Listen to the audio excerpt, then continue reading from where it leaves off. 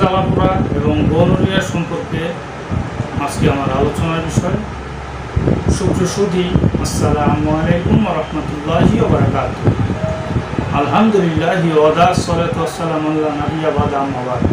সকল প্রশংসা সর্বশক্তিমান আল্লাহ সুবহানাহু ওয়া তাআলার জন্য, যিনি আমাদেরকে দয়া করে মায়া করে অত্যন্ত সুন্দর করে বানিয়ে এই দুনিয়াতে প্রেরণ করেছেন শুধুমাত্র তার ইবাদতের জন্য। তাই একবার বলি আলহামদুলিল্লাহ। দরুদ ও সালাম ঘোষিত অগণিত নবী রাসূলের প্রতি, আমাদের প্রিয় নবী হযরত মুহাম্মদ সাল্লাল্লাহু আলাইহি ওয়াসাল্লামের প্রতি, ওমা তৌফিক ইল্লা বিল্লাহ।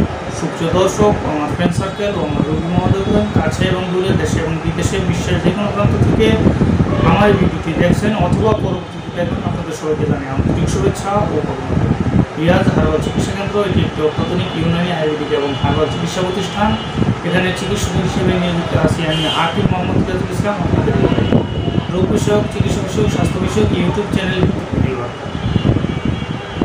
ইউনানি আয়ুর্বেদিক এবং হারবাল চিকিৎসা বলতে বিভিন্ন প্রকার ভেষজ গাছগাছরা, লতাপাতা, ফলমূল, শিকড় পাতার মাধ্যমে সম্পূর্ণ ন্যাচারাল পদ্ধতিতে ইউনানি আয়ুর্বেদিক ফর্মুলারি অনুযায়ী যে সকল ঔষধ প্রস্তুত করে রোগের উদ্দেশ্যে প্রয়োগ করা হয় এবং সেবন করা হয়, তাকেই ইউনানি আয়ুর্বেদিক এবং হার্বাল ঔষধ বলা হয়।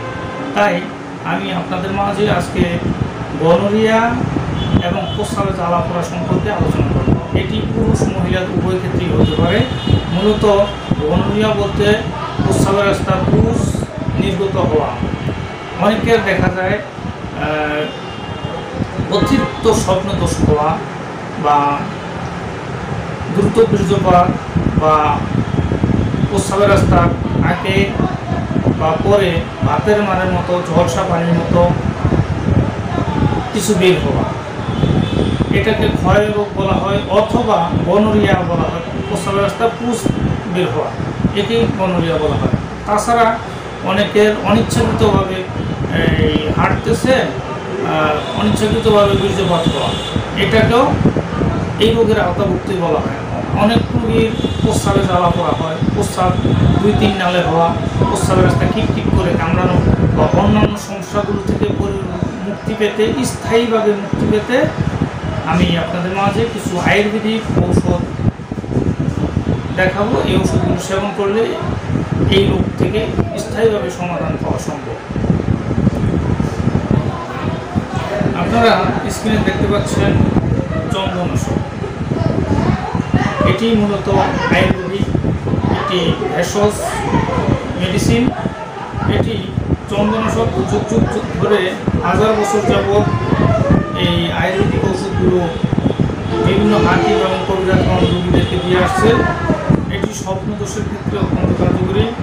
তাছাড়া শুক্রমেহ, প্রস্রাবে জ্বালাপোড়া, জ্বালা যন্ত্রণা, মূত্রপিচ্ছতা, সংরোগ, মধুমেহ, মেহরোগ আরোগ্য করে এবং বল পুষ্টিকর, হৃদযন্ত্রের বিভিন্ন সমস্যা দূর করতে সক্ষম এবং হজমকারক।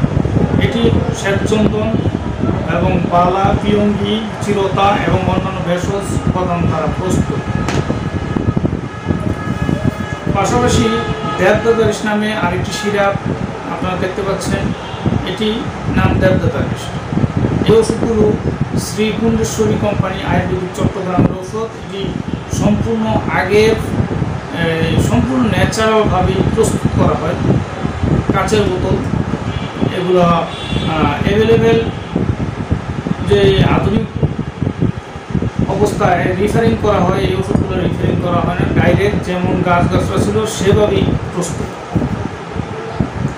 এটি মূলত দেবদারু, বাসক ছাল, ইন্দ্রজল, রক্তচন্দন ও অন্যান্য ভেষজ উপাদান দ্বারা বাংলাদেশ জাতীয় আয়ুর্বেদিক ফর্মুলারি অনুযায়ী প্রস্তুত। প্রয়োগ ক্ষেত্রে 20টি প্রকার প্রমেহ, মানে বিভিন্ন প্রকারের প্রমেহ রোগ বা গনোরিয়া রোগ এই ক্ষেত্রে প্রয়োগ করা হয়। প্রমেহজনিত বাত রোগ, দোদ্রু, চর্মরোগ, অনেক সময় দাঁত, চর্মরোগ এই ক্ষেত্রেও প্রয়োগ করা হয়। অর্শ রোগ, মানে বায়ুপথে পাইলস, অর্শ বা গ্যাস, সেক্ষেত্রে প্রয়োগ করা হয়। মূত্রপিচ্ছতা, প্রস্রাবের রাস্তায় কিট করে কামড়ানো দূর করতে সক্ষম। এই 2টি ঔষধের পাশাপাশি আরেকটি ঔষধ, এটি শিরিন ল্যাবরেটরিজের পিউরিলিন। আপনারা স্ক্রিনে দেখতে পাচ্ছেন পিউরিলিন। এই সিরাপটি মূলত প্রস্রাব রাস্তার ইনফেকশন দূর করতে সক্ষম, যেহেতু গনোরিয়া, সিফিলিস বা মূত্রতন্ত্রের বিভিন্ন সমস্যা ব্যাকটেরিয়াজনিত কারণে অনেক সময় হয়ে থাকে, সেই সমস্যাগুলো দূর করতে সক্ষম। তাছাড়া এটি রক্ত পরিষ্কার করতে সক্ষম এবং একটি ঔষধ অনেকগুলো রোগের কাজ করে।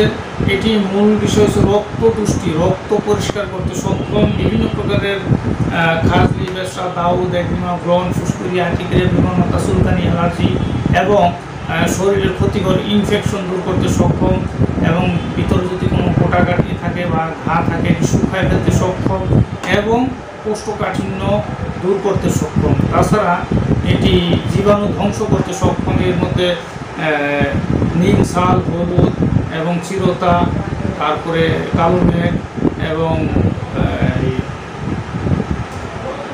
শাপলা ইত্যাদি দ্বারা এটি প্রস্তুত। তাই এই 3টি ঔষধ আপনারা যদি খেতে পারেন তাহলে আল্লাহর মধ্যে এই রোগ থেকে সমাধান পাওয়া সম্ভব। আমার ভিডিওটি যদি আপনাদের ভালো লাগে লাইক, কমেন্ট, শেয়ার করবেন এবং সাবস্ক্রাইব করবেন। এই বলে আমার ভিডিওটি শেষ করছি। আল্লাহ হাফেজ।